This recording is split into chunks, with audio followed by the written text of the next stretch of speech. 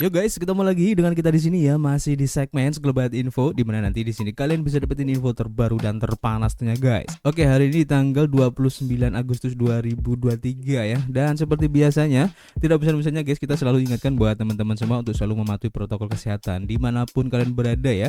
Apalagi kalau di keramaian, karena di luar sana banyak sekali virus-virus dan juga penyakit yang mengancam kesehatan kita guys.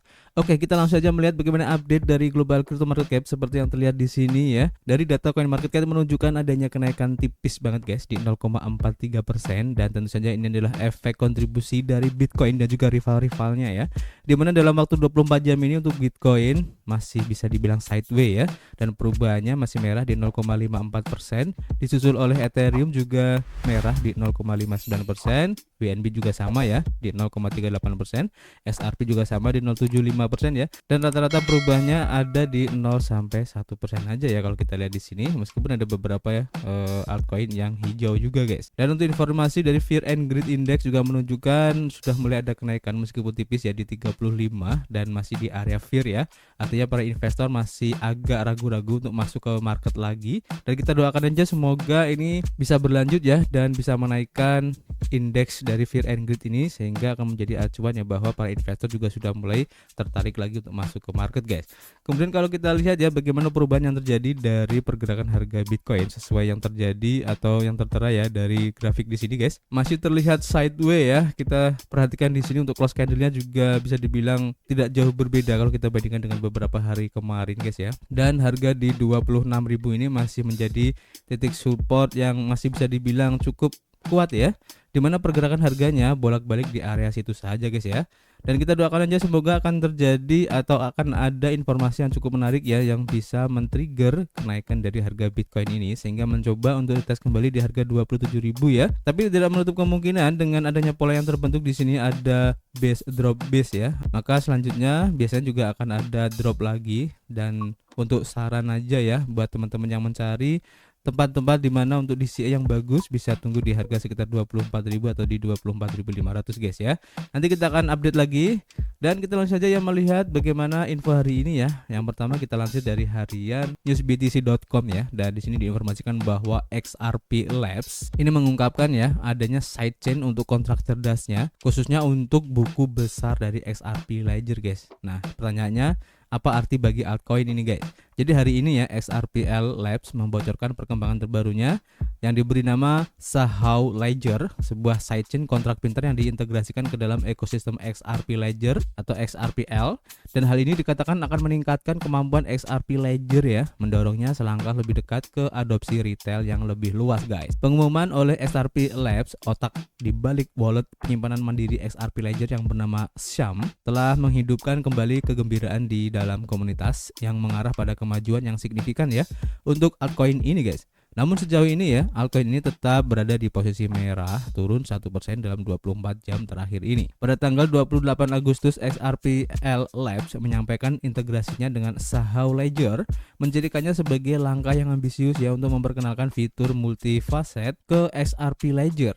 Integrasi ini dipandang sebagai katalisator mendorong adopsi altcoin dan buku besar dasarnya guys. Kemajuan tersebut dengan kuat memposisikan protokol XRP Ledger untuk menciptakan terobosan baru ya di sektor retail. Selain itu, XRPL Labs sedang dalam tahap peluncuran untuk white paper komprehensifnya ya untuk Sahau Ledger ini. Dan seperti yang ditekankan oleh para pengembang, tujuan utama dari sidechain ini untuk menanamkan ekosistem XRPL dengan kemampuan kontrak pintar guys. Wei Wine, pendiri XRPL Labs, dalam pembaruan terbaru di X, sebelumnya dikenal sebagai Twitter ya, mengungkapkan kolaborasi dengan nama-nama terkemuka termasuk GitHub, Alloy Networks, dan juga Evernote XRPL. Menurut Wine, upaya bersama mereka telah menghasilkan publikasi white paper Sahau, menggarisbawahi potensi kontrak pintar yang didukung oleh Ledger. Wine juga membayangkan ya kontrak-kontrak ini sangat penting dalam menciptakan solusi untuk tantangan kehidupan sehari-hari. Dia lebih lanjut mengungkapkan optimismenya ya untuk ekosistem protokol XRPL multi-chain,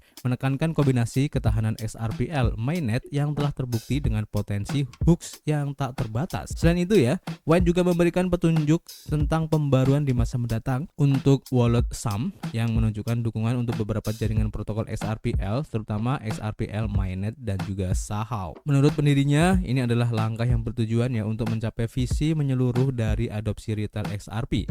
Untuk menambah antisipasi, Wayne mengisyaratkan ya bahwa Sahau mungkin akan beroperasi sebelum tahun ini berakhir guys. Nah ini menarik ya. Jadi dengan adanya Sahau Ledger ini ya diharapkan bisa merangkul para retail ya. Dan seperti yang kalian tahu bahwa XRP Ledger ini memang dikhususkan untuk para institusi besar ya, khususnya untuk perbankan. Nah dengan adanya Sahau Ledger ini tentu saja diharapkan para retail pun juga bisa berkontribusi ya dalam ekosistem dari XRPL Labs ini guys. Ini menarik ya. Nanti kita akan update lagi.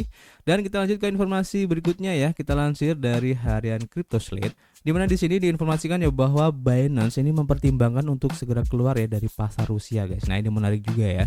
Jadi perusahaan ini sebelumnya menuai kritik karena mendukung bank-bank Rusia yang terkena sanksi, di mana Binance dapat meninggalkan pasar Rusia setelah kontroversi seputarnya di wilayah tersebut ya.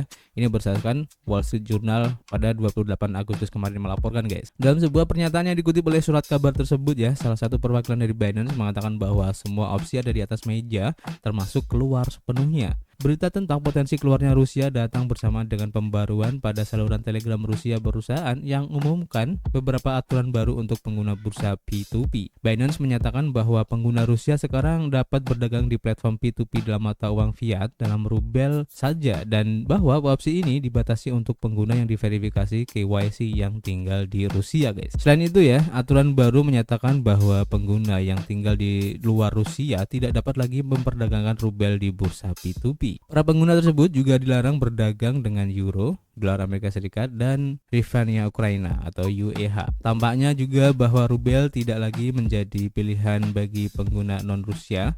Ketika CryptoSlate mengakses platform P2P Binance tanpa akun dari lokasi Amerika Serikat, rubel tidak terdaftar sebagai opsi guys. Namun ya, platform ini mencantumkan satu pedagang yang berbasis di Rusia yang mengandalkan mata uang non-rubel di bank asing. Sebelumnya Binance mengundang kontroversi karena menawarkan dukungan untuk bank-bank Rusia yang terkena sanksi pada platform P2P-nya, di mana perusahaan ini menghapus 5 dari bank-bank tersebut pada 25 Agustus, tetapi terus menawarkan dukungan untuk berbagai opsi pembayaran Rusia lainnya.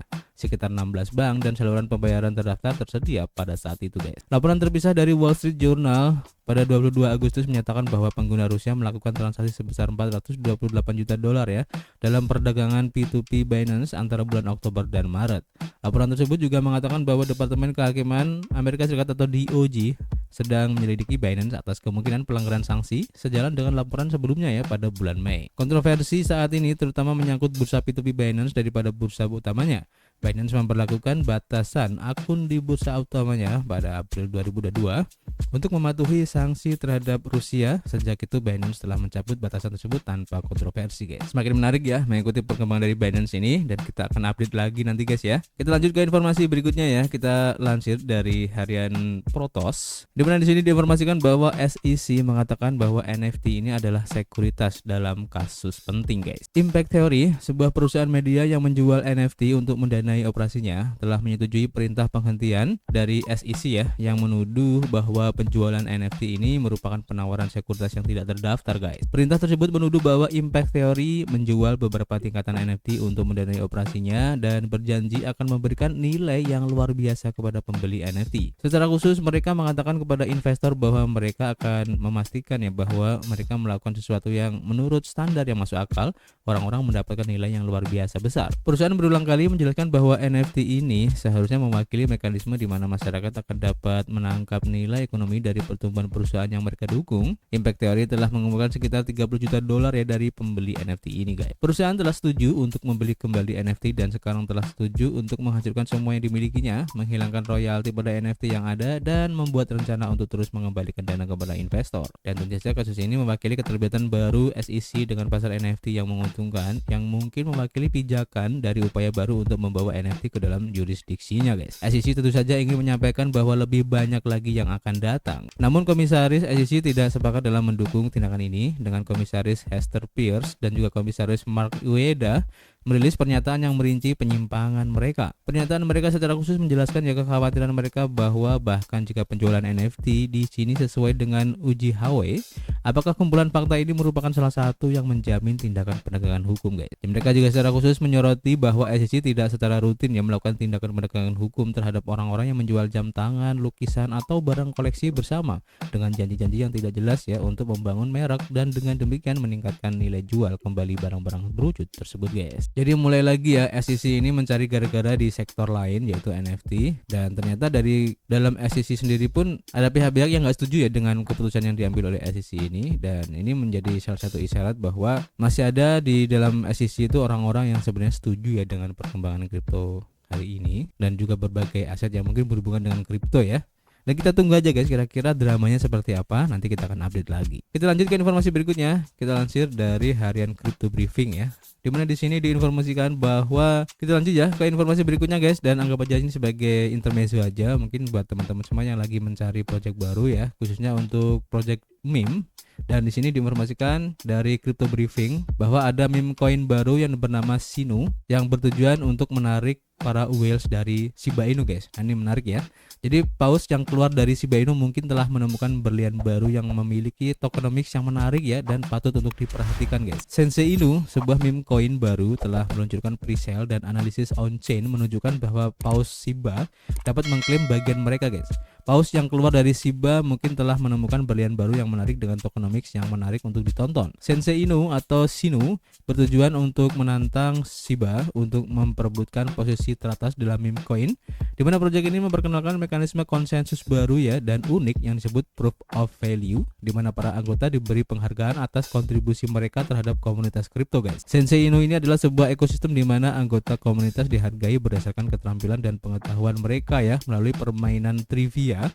Ini menandai sebuah langkah penting dalam memberikan penghargaan kepada mereka yang telah meluangkan waktu untuk belajar tentang kripto tetapi biasanya tidak memiliki dana untuk memperoleh portofolio yang signifikan. Sensei Inu pada dasarnya memberi penghargaan kepada orang-orang yang telah meluangkan waktu ya untuk meneliti industri kripto, dan Sensei Inu menyadari nilai dari pengetahuan, memberikan insentif kepada komunitas untuk menyebarkan berita tentang Sinu atau token Sinu. Dan semakin banyak nilai yang dapat dibuktikan oleh anggota Sensei Inu, semakin banyak pula yang dapat mereka hasilkan. Sensei Inu juga memiliki fitur permainan yang dapat dimainkan di PC atau ponsel ya, di mana pemain yang berhasil akan menerima token Sinu yang akan memungkinkan mereka untuk mendapatkan kekuatan ekonomi dan berdampak positif pada dunia kripto. Permainan trivia kripto Sensei Inu terdiri dari 10 pertanyaan yang secara bertahap menjadi lebih sulit ya. Setiap pertanyaan memiliki batas waktu yang menambah keseruannya guys. 10 pemain teratas dari setiap ronde akan menerima hadiah dalam bentuk token Sinu. Namun peserta lain juga akan menerima hadiah atas partisipasi mereka. Ada juga babak juara dengan pertanyaan yang lebih sulit untuk menentukan pemenang sebenarnya guys. Token Sinu adalah token ERC20 yang diterbitkan di blockchain Ethereum. Ada 5 miliar token Sinu dengan pajak pembelian 0% dan pajak penjualan 3% yang akan disumbangkan ke kas negara guys. Setiap bulan token Sinu akan dibakar melalui mekanisme pembakaran otomatis dengan token yang dibakar berasal dari perbendaharaannya.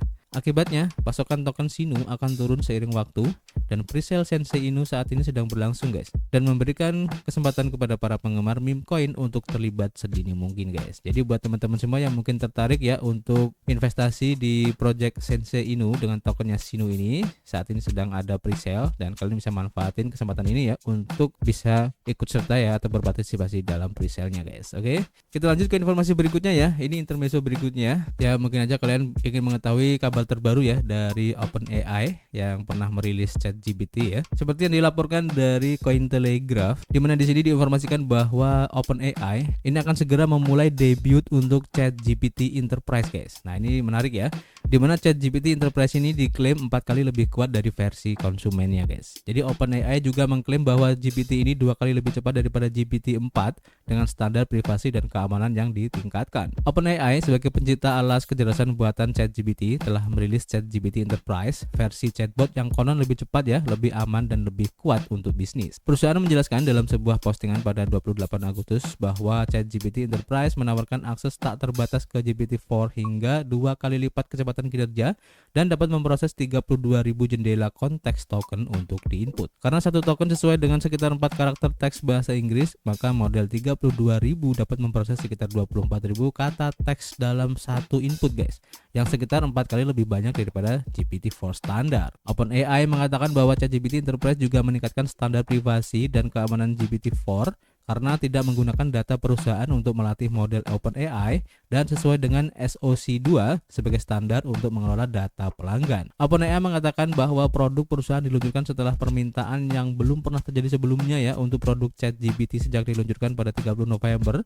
dengan lebih dari 80% perusahaan Fortune 500 mengadopsi alat AI sampai tingkat tertentu, dan perusahaan ini menjelaskan ya bahwa mereka menggunakan ChatGPT untuk membuat komunikasi yang lebih jelas, mempercepat tugas-tugas pengkodean dengan cepat mengeksplorasi jawaban atas pertanyaan bisnis yang kompleks, membantu pekerjaan kreatif, dan masih banyak lagi guys. OpenAI juga sedang mengerjakan alat bisnis swalayan yang memungkinkan ChatGPT memperluas pengetahuannya ke data perusahaan. Perusahaan-perusahaan mata uang kripto terus bereksperimen dengan AI sebagai cara untuk menyelesaikan berbagai masalah, mulai dari memerangi perubahan iklim hingga memberikan transparansi yang lebih besar dalam industri musik hingga mengamankan privasi data secara on-chain guys. Nah, ini menarik ya, dan tentu saja ini akan semakin menarik guys jika ChatGPT bisa terintegrasi ya dengan blockchain secara on-chain. Ini akan keren banget dan kita tunggu aja, pasti akan banyak dan akan semakin menarik ya ke depannya, dan pasti akan muncul aplikasi ataupun platform-platform yang memberikan manfaat lebih ya dari ChatGPT ini guys. Tidak hanya bertanya tentang suatu hal, mungkin bisa digunakan sebagai cara untuk bisa menyelesaikan tugas-tugas ataupun pekerjaan ini agar supaya lebih cepat dan lebih mudah tentu saja ya, dengan hasil yang lebih sempurna guys. Ini akan menarik dan kita tunggu aja nanti seperti apa ya untuk perkembangannya. Dan cukup ya untuk informasi hari ini, nanti kita akan update lagi jika ada informasi yang cukup menarik. Dan seperti biasa guys, kita masih menunggu kritik dan saran kalian ya di kolom komentar, nanti kita bisa ngobrol banyak di dalamnya. Dan tentu saja kita akan ketemu lagi guys di informasi berikutnya. Peace.